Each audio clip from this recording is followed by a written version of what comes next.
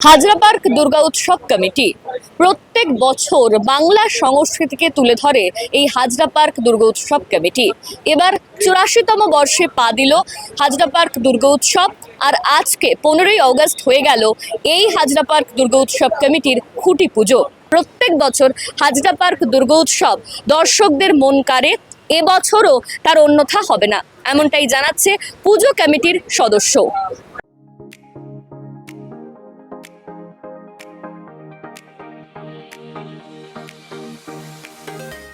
আমাদের 84তম বছর, অনেক ইতিহাস এই পুজোর সাথে জড়িত। নেতাজি সুভাষচন্দ্র বোসের হাত দিয়ে শুরু করা এই পুজো এবং অত্যন্ত নিম্ন শ্রেণীর মানুষ, হরিজন এবং দলিতদের কলকাতা পুরসভায় যারা চাকরি করতেন তাদেরকে নিয়ে এই পুজো শুরু এবং দীর্ঘ 84 বছর পথ চলা। অনেক সাবেকি থেকে থিমে আমাদের এই পুজো গেছে বেশ কিছু বছর ধরে এবং প্রতি বছরই আমরা চেষ্টা করি মানুষকে কিছু নতুনত্ব দেওয়ার।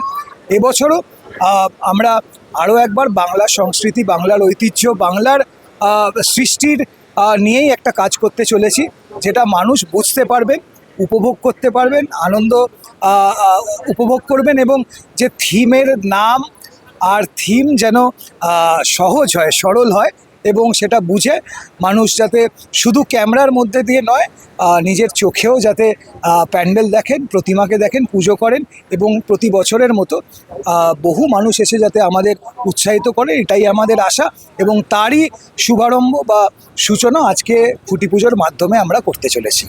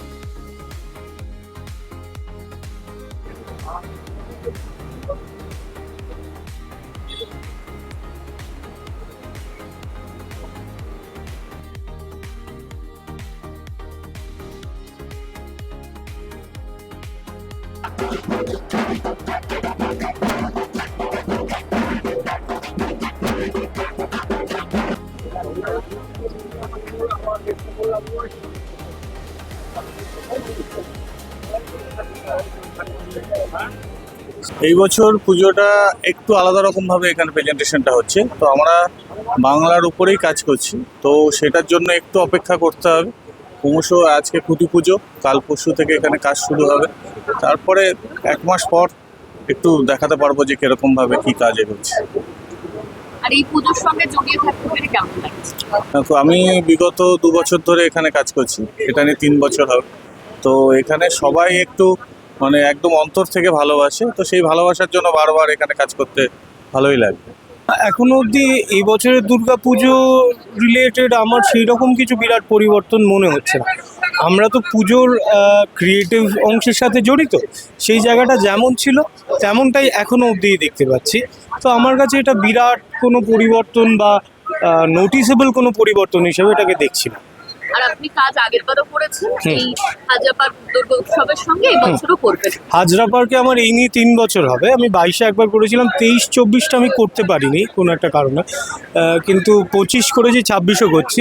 হাজরা পার্কের সবথেকে ইম্পর্টেন্ট যেটা আমার বলার সেটা হচ্ছে যে সায়নদেব চট্টোপাধ্যায় এবং শোভনদেব চট্টোপাধ্যায়ের আন্ডারে যে পুজোটা, সেটা না একটা পরিবারের মতো গড়ে ওঠা।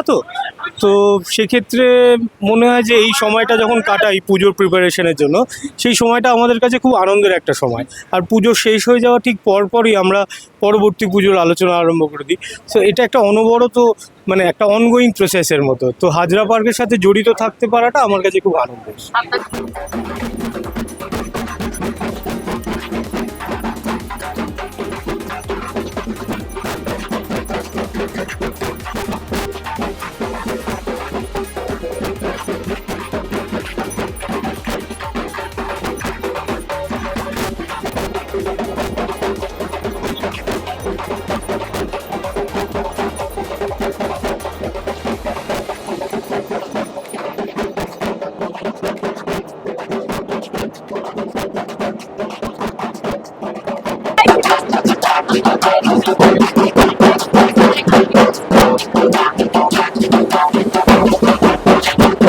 বদল হয়েছে এবং আমরা দেখতে পাচ্ছি বেশ কিছু পুজোরও পরিবর্তন হচ্ছে। সেই জায়গায় দাঁড়িয়ে হাজরা পার্ক দুর্গোৎসব, এই পুজোর সঙ্গে আপনি জড়িত ছিলেন অনেকদিন ধরে, তো সেই কোনো পরিবর্তন মনে হচ্ছে?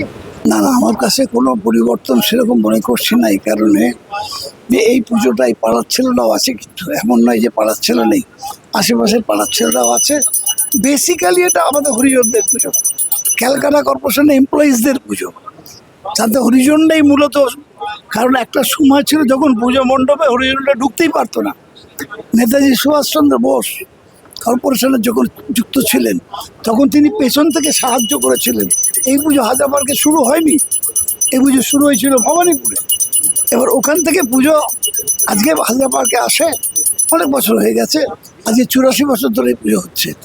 কোনো ছেলে যদি পাড়ার ছেলে এসে বলে দাদা আমরা আপনাদের সঙ্গে থাকবো, থাকবে, কোনো অসুবিধা নেই আমার।